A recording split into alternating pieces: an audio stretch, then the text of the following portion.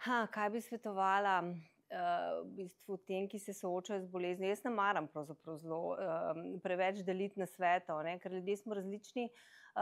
Lahko pa povem, kaj je meni pomagalo, ne. In to večkrat ob različnih, diagnozah, ki sem jih dobila, ampak ob teh težkih, recimo ob prebolevanju raka, pri 20 in, zdaj to 2018, ko sem imela še adenokarcinom na izvodilu trebušne slinavke, zelo zahtevna operacija in tako naprej. V bistvu meni je najbolj pomagalo, to, da sem relativno hitro svojo bolezen sprejela, ne. Se pravi, to sprejetje se mi zdi, en tak ključni, faktor.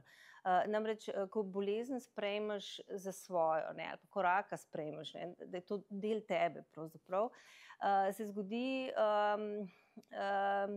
v bistvu tako kot z vsako rečjo, vsako stvarjo, ki je tvoja, ne. Tistega, kar je tvoje, se manj bojiš kot nečesa, kar je tuje, ne. In ker, tudi največji je strah pred tistim, česar ne poznaš. In, zdaj, nekdo pravi, da je bolje, da bolezni ne sprejmeš, da raka ne sprejmeš in tako naprej, ampak jaz se pač s tem, ne strinjam. In tukaj zame nikoli ni šlo za neko predajo, a ne. Šlo je preprosto za sprejetje dejstva, na katerega v nekem določenem trenutku nisem imela nobenega vpliva.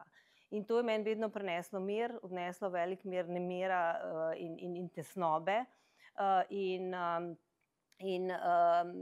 Zato pravim, no, da je treba tega bika, ali kakorkoli rečeš, zagrabiti čim prej za roge, a ne, ko pridirja, ga ukrotiti, ga udomačiti, ker na ta način si pridobiš, ker to je neki trenutek take negotovosti, a ne, ko plavaš, ampak na ta način si pridobiš vsaj občutek neke varnosti, občutek kontrole, ki je zelo pomembna, a ne, in da si ti tisti, ki vodi kljub vsemu nekako to igro in ta ples, a ne.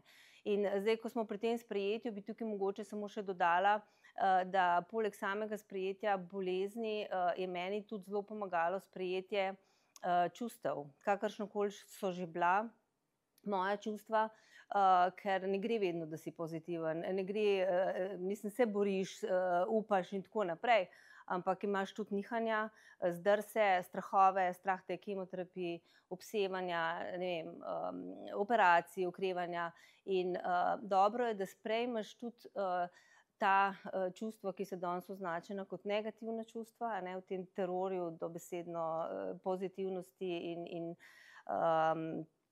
skratka, da sprejmeš tudi ta del svojih čustev, da si jih priznaš, da jih upaš izreči na glas, in, če imaš srečo, da imaš na drugi strani tudi nekoga, ki ti ta čustva prizna, ti da pravico zanje, in ti ne zatiska ust, no. Meni je vedno to pomagalo, ko sem povedala strah, me je drug na drugi strani recimo to razumel in, ne vem, strahu ni bilo več, se je razpršil, taka je moja izkušnja. Treba tega bika, ali kakorkoli rečeš, zagrabiti čim prej za roge, a ne, ko pridirja, ga ukrotiti, ga udomačiti, ker na